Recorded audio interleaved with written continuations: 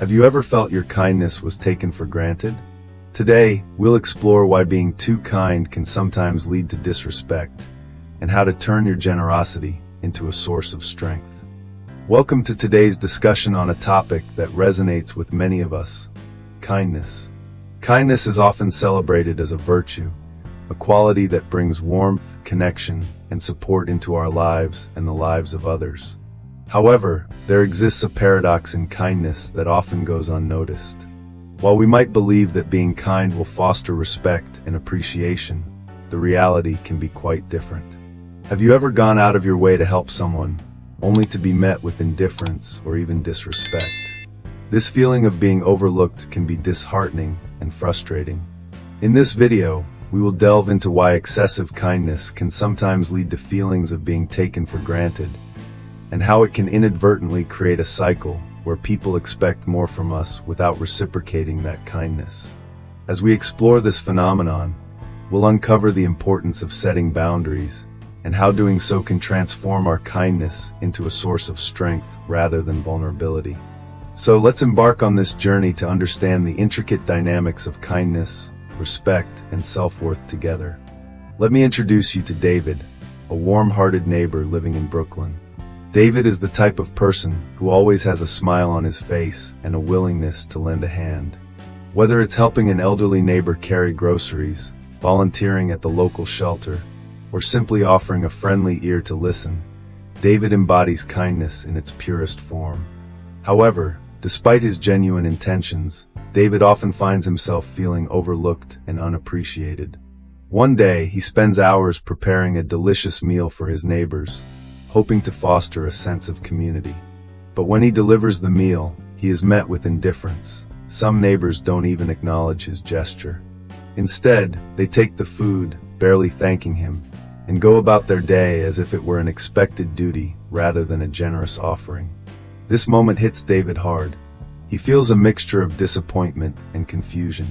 Why is it that his kindness is met with such apathy? It leads him to question his own worth and the value of his efforts. As the days go by, David continues to help those around him, but each act of kindness begins to feel less rewarding. The emotional impact of feeling taken for granted weighs heavily on his heart, and he starts to wonder if kindness is really worth it when it doesn't seem to bring people closer together. This experience leaves him in a state of frustration and sadness, making him realize that kindness can sometimes backfire, especially when it's not reciprocated or appreciated. David's story is a reflection of a larger issue many of us face: the challenge of giving kindness without boundaries and the emotional toll that can take on our spirit. It raises an important question: how do we maintain our kindness without sacrificing our self-worth? In the hustle and bustle of Brooklyn, David's experiences highlight a troubling trend that many of us face. As he continues to extend a helping hand, he begins to notice a pattern. The more he offers his kindness, the less it is appreciated. This scenario is not just limited to David. It reflects a broader societal expectation where generosity is often met with indifference. People start to take kindness for granted, viewing it as a given rather than a gift. David's initial excitement about helping neighbors slowly turns into a feeling of resentment as he realizes that his efforts are often overlooked. It's a painful realization when you give so much of yourself, only to feel like your contributions go unnoticed. This can create a cycle where kindness leads to entitlement. As David becomes more aware of this dynamic, he sees how others begin to expect his help without gratitude or acknowledgement, which can be disheartening. The emotional toll of this realization weighs heavily on him, leading to questions about his self-worth and the true value of his kindness. In this context, we begin to understand that kindness without boundaries can foster an environment of entitlement, where individuals no longer appreciate the sacrifices made for them. It's essential to recognize that while kindness is a virtue, when it's given without limits or conditions, it can result in a lack of respect, not only from others but also from ourselves.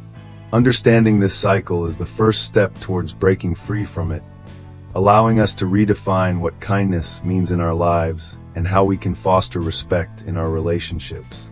David's journey serves as a powerful reminder that kindness should be accompanied by the knowledge of our limits, ensuring that we don't become mere doormats in the name of goodwill. We have to learn that our generosity should reflect our values, not just a response to the expectations of others. In this section, we delve into the rich insights of Stoic philosophy, which teaches us that kindness should be deeply rooted in self-awareness and wisdom rather than mere obligation. Stoicism emphasizes the importance of understanding oneself and the impact of our actions on our lives and the lives of others. We introduce a new character, Mia, a dedicated volunteer in Harlem who embodies the spirit of generosity. Initially, she dedicates countless hours to helping those in need, driven by her desire to make a difference. However, as time goes on, Mia begins to feel overwhelmed and drained. She realizes that her unbounded kindness, while well-intentioned, is leading her to burnout. The more she gives, the more others seem to expect from her, and soon, her kindness is no longer met with gratitude but rather indifference. Mia's journey reflects a common struggle, the challenge of balancing the desire to help with the need to take care of oneself. Through her experience, we highlight how true kindness must come from a place of strength and awareness, reminding us that self-care is not selfish but essential for sustaining our ability to be kind. This exploration serves as a critical reminder that kindness, when intertwined with self-awareness, can flourish without leading to resentment or burnout. In our journey of understanding kindness, we must recognize the critical role that boundaries play in our interactions. Mia, our dedicated volunteer in Harlem, had always believed that her selfless acts of kindness would be met with gratitude and appreciation. Initially, her efforts were celebrated by those around her. She was the go-to person for organizing community events, helping families in need, and lending a listening ear to friends experiencing tough times. However, as time passed, Mia started to notice a subtle shift in the way people responded to her kindness. What once felt like genuine appreciation began to morph into a sense of expectation. The more she gave, the more people came to rely on her, assuming that she would always be available to help. This reliance quickly became overwhelming for Mia. She found herself stretched thin, juggling her volunteer commitments with her personal life and professional responsibilities. The kindness that once filled her with joy began to feel like a burden. It was as though her generosity had become an obligation, leading to anxiety and burnout. Mia realized that she had inadvertently created a cycle where her kindness was taken for granted and her well-being was compromised. This awakening was painful but necessary. Mia's story is a powerful reminder that kindness should not come at the expense of our own mental health. Setting boundaries is crucial for maintaining a healthy relationship with ourselves and others. It allows us to give kindness freely, without the fear of being overwhelmed or taken advantage of. By clearly defining what we can offer and when we are available, we create an environment where our generosity is valued rather than expected. Ultimately, this not only protects us but also enhances the quality of our interactions, fostering mutual respect and appreciation. Mia's experience serves as a lesson that while kindness is a beautiful trait, it must be balanced with self-care and respect for our own limits. In a bustling neighborhood in Queens, we meet Ethan, a devoted father who has always prided himself on being the go-to guy for his family. He's the one who picks up his kids from school, helps with their homework, and is always available to lend a hand to his wife, Jessica, with whatever she needs. Initially, Ethan's kindness brings joy to his family, and he feels fulfilled by his role. However, as time passes, he starts to notice a shift. Despite his constant availability, his family seems to take his efforts for granted.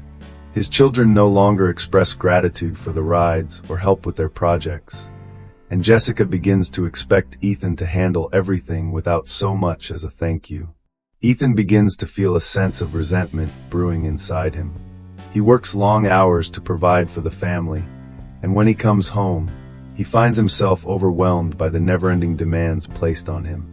No one seems to appreciate the sacrifices he makes, and this leads him to question the very foundation of his kindness. Is he being kind, or is he merely enabling a sense of entitlement among his family members? One evening, after a particularly exhausting day, Ethan sits down with Jessica to discuss how he feels. He expresses his frustrations, revealing that he often feels like a doormat. To his surprise, Jessica listens intently and acknowledges that she hadn't realized how his kindness had become an expectation rather than an act of love. She admits that she assumed he enjoyed being the one who does everything. This conversation becomes a turning point for both of them.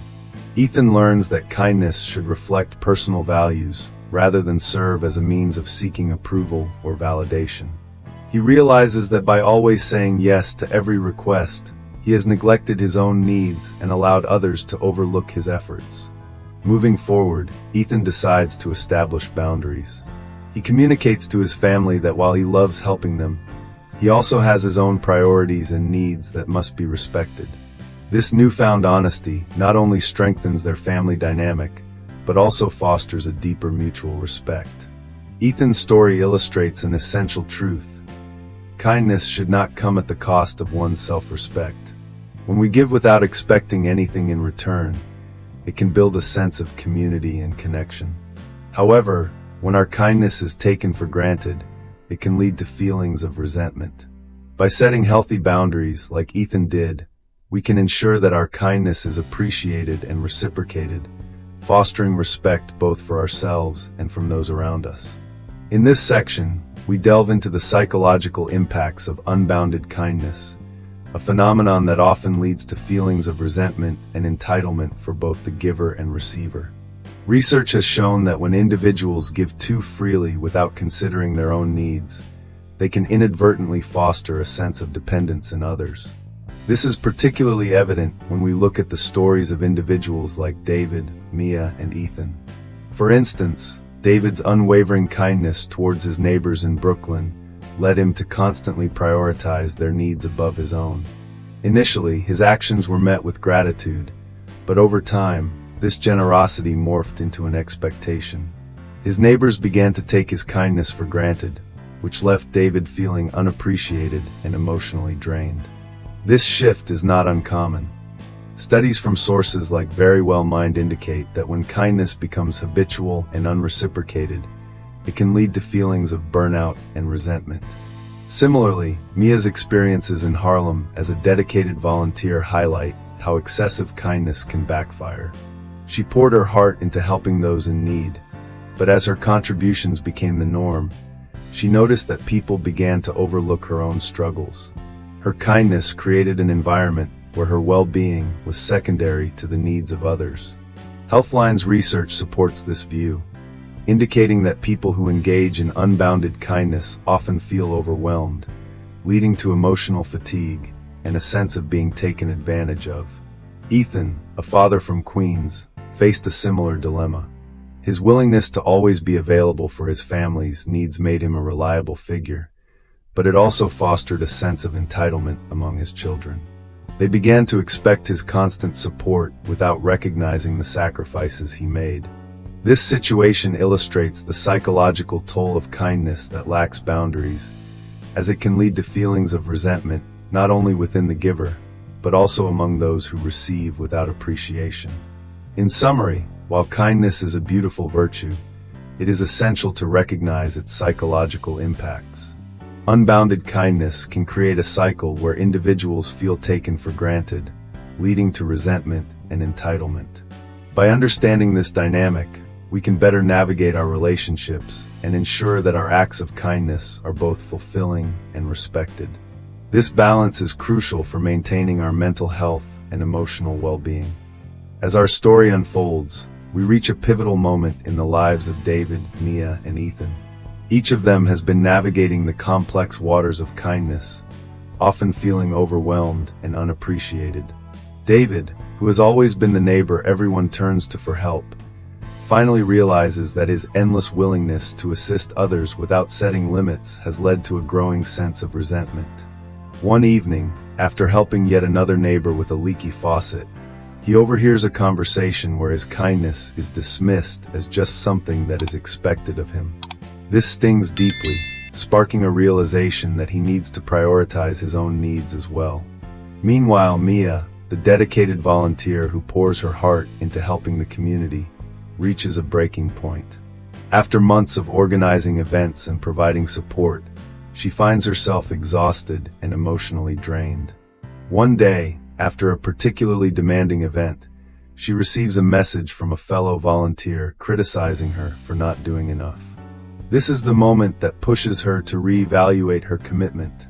Mia decides it's time to establish boundaries, recognizing that her well-being is just as important as the needs of those she serves. Then we have Ethan, a devoted father who has always made himself available for his children and their friends. However, he starts to notice that instead of appreciation, his constant availability leads to a lack of respect from his family. During a family dinner, he overhears his teenage son complaining about how easy it is to take advantage of his dad's willingness to help. This moment hits Ethan hard, prompting him to reflect on the true nature of his kindness. He understands that by being too accommodating, he has inadvertently created an environment where his kindness is overlooked. These moments serve as catalysts for change. David, Mia, and Ethan each confront their realities and decide that it's time to establish boundaries in their lives. They begin to communicate their needs and limits to those around them, which leads to a surprising outcome. A newfound respect from others who now recognize that kindness is not just a given, but something to be valued and appreciated. This shift not only transforms their relationships, but also enhances their own self-worth, allowing them to give from a place of strength rather than obligation. This is a crucial lesson in the journey of kindness, illustrating that when we respect ourselves, others are more likely to respect us in return. As David, Mia, and Ethan begin to establish boundaries in their lives, a remarkable transformation takes place. Each of them experiences a pivotal moment of realization. Kindness is not merely about being available to others at all times or sacrificing their own needs for the sake of others. Instead, true kindness emerges from a place of self-respect and confidence. For David, this means learning that saying no does not equate to a lack of generosity. It signifies a commitment to his own well-being. He recognizes that he has the right to prioritize his time and energy, allowing him to engage in relationships that are more balanced and fulfilling. Mia discovers that her volunteering efforts can still be impactful even when she takes a step back to care for herself. By setting clear boundaries, she finds that her passion for helping others actually deepens, as she is now coming from a place of strength rather than exhaustion.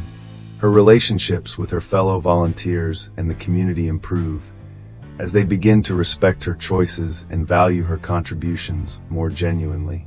Ethan learns that his family values his presence and support, but they also need him to take care of himself. By being honest about his limitations and expressing his own needs, he fosters a healthier dynamic at home. His children and partner begin to understand that his time and energy are precious, leading them to appreciate the moments they share together even more. They learn the importance of reciprocity in relationships, which enhances their bond and mutual respect. This internal transformation is powerful, as they stop giving out of fear of judgment or rejection, and instead start giving from a genuine desire to connect and contribute. They find themselves feeling more empowered. Their acts of kindness become authentic expressions of who they are, rather than obligations or expectations. This shift not only improves their self-worth, but also earns them the respect they deserve from others. They learn that kindness is most effective when it is rooted in self-awareness, leading to healthier relationships and a more fulfilling life. As we wrap up today's exploration of kindness and its complex nature, let's take a moment to reflect on the key lessons we've learned. First and foremost, kindness is a beautiful trait, but it should never come at the expense of our self-respect. Each story we've shared today, from David's experiences in Brooklyn to Mia's journey in Harlem and Ethan's realizations in Queens, highlights the importance of setting boundaries. When we give without limits, we risk being taken for granted, leading to feelings of resentment and entitlement from others. However, by establishing clear boundaries, we can maintain our kindness while also ensuring that it is respected and valued. Remember, true kindness stems from a place of self-awareness and confidence, not from a desire for approval or fear of rejection. Take a moment to think about your own experiences with kindness. Are there areas in your life where you could practice giving while still honoring your own needs? As you move forward, I encourage you to implement these lessons in your daily interactions.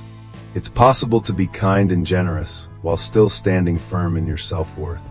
Thank you for joining me today, and remember to carry these insights into your lives. Let's create a world where kindness thrives alongside respect and self-care.